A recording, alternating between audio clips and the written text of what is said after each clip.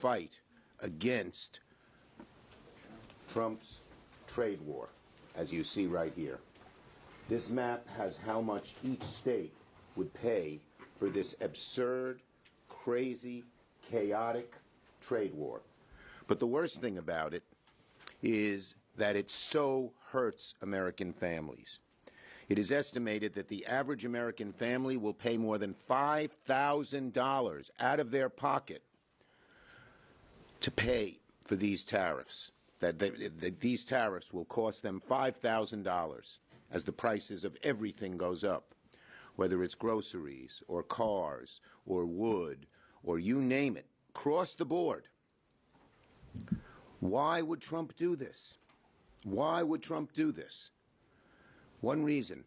He wants to take the money that he gains from tariffs to give tax cuts to billionaires. And when told that American families would pay a whole lot more out of their pockets, you know what he said? I don't care.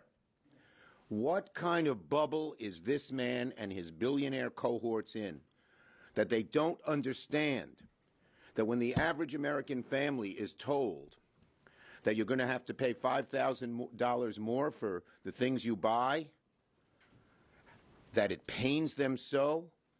Well, can't buy that new car. Can't take that vacation we've been planning for a whole year with the kids. Can't go visit Grandma. Got to cut back on even the medicines I buy. What kind of bubble do they live in? So we have documented in this chart how much each state would pay from Trump's trade war. And it's devastating. I just talked to over 50 people in my state of New York. We're right on the Canadian border. Buffalo thinks they could go into a real recession if these tariffs came about. Plattsburgh, 20% of their businesses are Canadian-owned. What are they going to do? And there are tens of thousands of job losses in every part of New York State because there are tariffs. They are a tax on families. They don't like taxes? This is one of the worst taxes they could put in. And don't just listen to us. Rand Paul, hardly a Democrat. Tariffs are simply a tax. Senator Mullen, tariffs is a tax. He didn't have the right grammar, but I'll read him verbatim. Tariffs is a tax, and it will be passed on to consumers.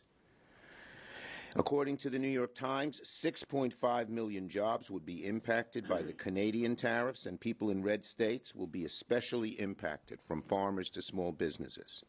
And here's another problem. It's chaotic. He says one thing one day and another thing the next day. He changes which countries, he changes the percentage, he changes which goods. And what do businesses hate? Uncertainty.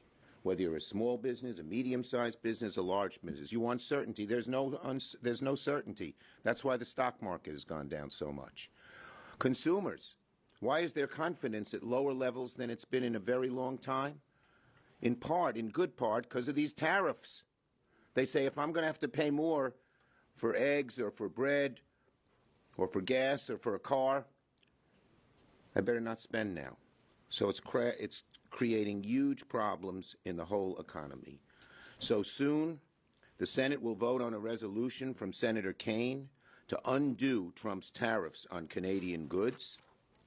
And we hope that some of our Republican colleagues will join us in that. They don't like the tariffs either. They know they're a tax hike on the American people. They know that the stock market is in turmoil, risking people's retirements. They know that consumer confidence is down. And the odds of a recession, something people hate. It's harder to find a job, keep a job, maintain your weekly budget if a recession occurs. And now our greatest financial prognosticators are saying the chances of recession because of these tariffs, this tariff tax, goes way up.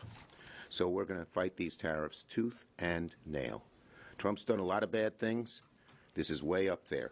Ask American people. And one final thing. Look at what happened in Wisconsin yesterday. The American people understand that Trump is not on their side on tariffs, on tax cuts for billionaires, on cutting Medicaid, on cutting the others. The American people are seeing how bad Trump is. Tariffs is a good part of it, and they are not supporting people like Elon Musk and those who support Donald Trump. Tim. Thank you to Leader Schumer for being a great partner in this effort. And here we are. It's an unusual procedure. There are not many things where even one senator can file a motion that will be guaranteed a floor vote. But the crafters of this legislation, the International Emergencies Act, believed that while a president might need to declare an emergency, that should not go unchallenged if members of Congress felt like, hold on a second, let's get this right. No one is denying that there's a fentanyl challenge in the United States, a huge challenge. We've all seen it in all of our states, And that is why this is not an action to undo the Mexico tariffs or undo the China tariffs. You might argue about whether the emergency is one that where tariffs is the right answer, but clearly the fentanyl trade is being heavily driven through Mexico or precursor chemicals from China. But Canadian tariffs are not the answer to the solution because the fentanyl problem is not primarily a Canadian problem. There's an article that's out in the Globe and Mail today that digs into the disparities, 21,000 pounds of fentanyl seized from Mexico coming across the border last year, and there's a claim that there's 43 pounds seized from Canada, but the article that's just come out from the Globe and Mail suggests it's actually a good bit less even than 43 pounds. Is there work that we should and need to do together on fentanyl? Of course, Chuck led us to pass the Halt Fentanyl bill in the Senate just 2 weeks ago, and there's more we can do. But this is not about fentanyl. It's about tariffs. It's about a national sales tax on American families. Trump's economic advisor, Peter Navarro, said that the total of these tariffs will be $6 trillion of taxes paid by American consumers, more than $600 billion a year. I've told the story of this baker that I have in Virginia. April is her name. She owns a bakery. Some of you might know this place. It's called Mom's Apple Pie. Now, is this a good thing for a speech in the Senate recording studio? Mom's Apple Pie Bakery. April owns it. 3 locations: Loudon, Purcellville, Occoquan. I was with her recently. She said, "Tim, you got to do something about these Canadian tariffs." And I said, "April, you got these 3 little bakeries. I mean, Canadian tariffs, how do they affect you?" Pie tins. All aluminum pie tins, they all come from Canada. You increase the price of a pie tin by 25%. And it's even worse if you have a can of beer with your apple pie. There you go. Or try some whiskey or something. The pie tin goes up by 25%. And she said nobody has to buy an apple pie. It's to celebrate somebody's birthday or a party. And if the price of a tin goes up by 25%, I sell fewer pies. I may have to lay people off. She's been through it in round 1 with Trump's tariffs in the first term. My largest business in Virginia is the shipyard, Huntington Ingalls Shipyard in Newport News. Ships and subs, critical to our nation's security. 35% of the aluminum and steel that are used in U.S. ships and subs comes from Canada. The other 65% is American-made steel. We're having a hard time producing ships and subs on time and on budget now. These tariffs kick in, it's going to get much worse. I'm very, very proud that this is a bipartisan bill. Rand Paul is an original co-sponsor of the bill. He's going to take the floor at 3 o'clock today for a half hour to talk about this.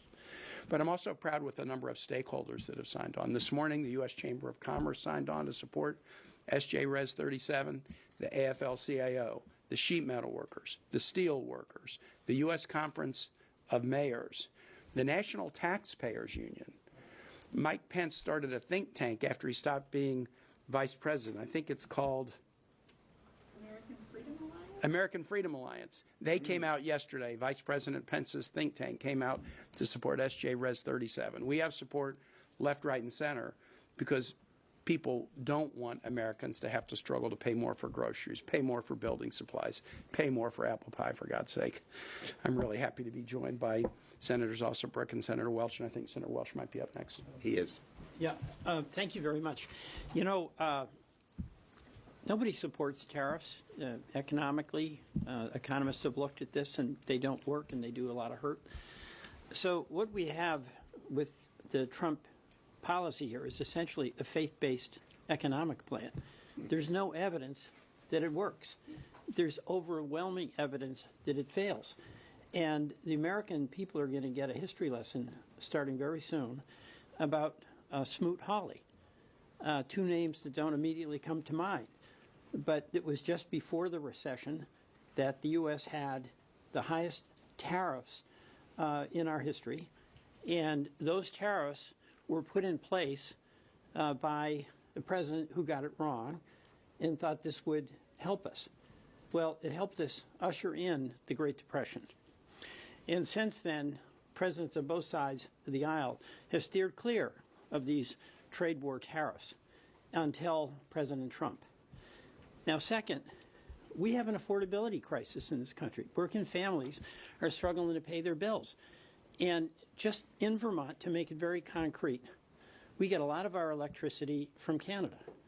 We get a lot of our gasoline on the northern part of Vermont from Canada. We get our home heating fuel from Canada. And those bills for folks are going to go up immediately. Home heating fuel, gasoline, electricity. Why in the world would we do that? The other thing is that Canada's our friend. It's not China. And along the border, where we have decades and decades of mutual respect, we're starting to change that into distrust. And a confident country treats its allies with respect. And these tariffs are going to do direct and immediate economic harm to everyday Vermont families and farmers, maple sugar producers. But it's also going to start eroding the trust that is the benefit of good relations over time. Why in the world would President Trump want to be Smoot-Hawley? That's what he's embracing. Totally bad, totally wrong, doomed, and the only question is how much pain will he inflict on everyday Vermonters before he comes to his senses and withdraws this tariff policy. Thank you. Senator Also Brooks. Thank you. I want to thank Leader Schumer and Senators Kaine and Welch for being here today. You know, President Trump has dubbed today Liberation Day. And I continue to think how tone deaf and how arrogant it is, because I'm asking myself, for whom? You know, who's liberated? And Elon I think Musk. that Elon Musk, yeah, I think the reality of it is that middle class and hardworking families like the one I grew up in, I regard myself in so many ways as having grown up in a blue-collar family. A father who was a car salesman, a mother who's a receptionist, and the fact of the matter is the people who are being liberated are the billionaires. None of his policies, including these tariffs, anticipate any relief for hardworking and middle-class families. And so those who will be liberated are not us. And furthermore, he went on to say very arrogantly, you know, there's going to be a little pain, some minor pain and disruption, but the people that I represent don't regard increasing cost of groceries, increasing cost of owning a home, increasing cost of owning an automobile as a minor disruption. But it is a minor disruption to billionaires who can certainly not only afford the increasing cost of goods, but who will also enjoy a tax cut on the back end of this. We know that the taxes that we're looking at, the tax cuts will net, we believe, Elon Musk about $50 million in tax cuts over a 10-year period. So the cynical nature of these tariffs is really, really very disturbing. And so I have, my first bill is a Tariff Transparency Act. That has been filed. I'm going to go to the floor today and ask for a unanimous consent on. And if it is in fact the case that these tariffs are a minor disruption and this is Liberation Day, we're simply asking this administration and my colleagues on the other side of the aisle to prove it, to be transparent with the American people, to tell us the cost of these tariffs. And I can tell you, I've met in my state with people from every corner of the state. Just a couple of weeks ago, had the opportunity to sit down with farmers. Some were poultry farmers. I met with business owners, and many of them feel betrayed by this administration. The farmers who said, you know what, now not only the retaliatory tariffs will cost so much money. Some were selling chicken parts to other countries, and they've said to me, you know, this is going to cost us money. And they did not anticipate that they would see actions that harm them as well. And so I want them to prove to us, who does it benefit? That's a question that I think is a fair question, is when he says a little pain, who does he mean? Who should sustain the pain? And I would say it absolutely should not be the middle class and hardworking families of this country who pay for the tax cuts for his billionaire friends and who suffer beneath these tariffs. And so we say, again, if it's a minor disruption, and this is Liberation Day, we just simply want to know who should be liberated. And I think that the Transparency Act will show us that. We'll take questions on this subject. This subject. Yes. Quick question. About 3 weeks ago, you said that as Trump becomes more unpopular, that Republicans will wake up and they will start to break from him. Do you think the fact that Republicans are joining Senator Kane's resolution on this shows that Republicans are waking Well, look, up? the number one factor in terms of Trump's unpopularity is the American people. And he is becoming less and less popular, particularly on issues like this, on the economy. His numbers are underwater rather significantly, depending on which poll you do. And once the American people say, I don't want to embrace somebody, I don't want to vote for somebody, I don't want to support somebody who embraces Trump's policies, things begin to change. But public sentiment is everything, and we are letting the public know in every way we can, fighting every day on how bad the Trump policies are for them. Yes, in the back.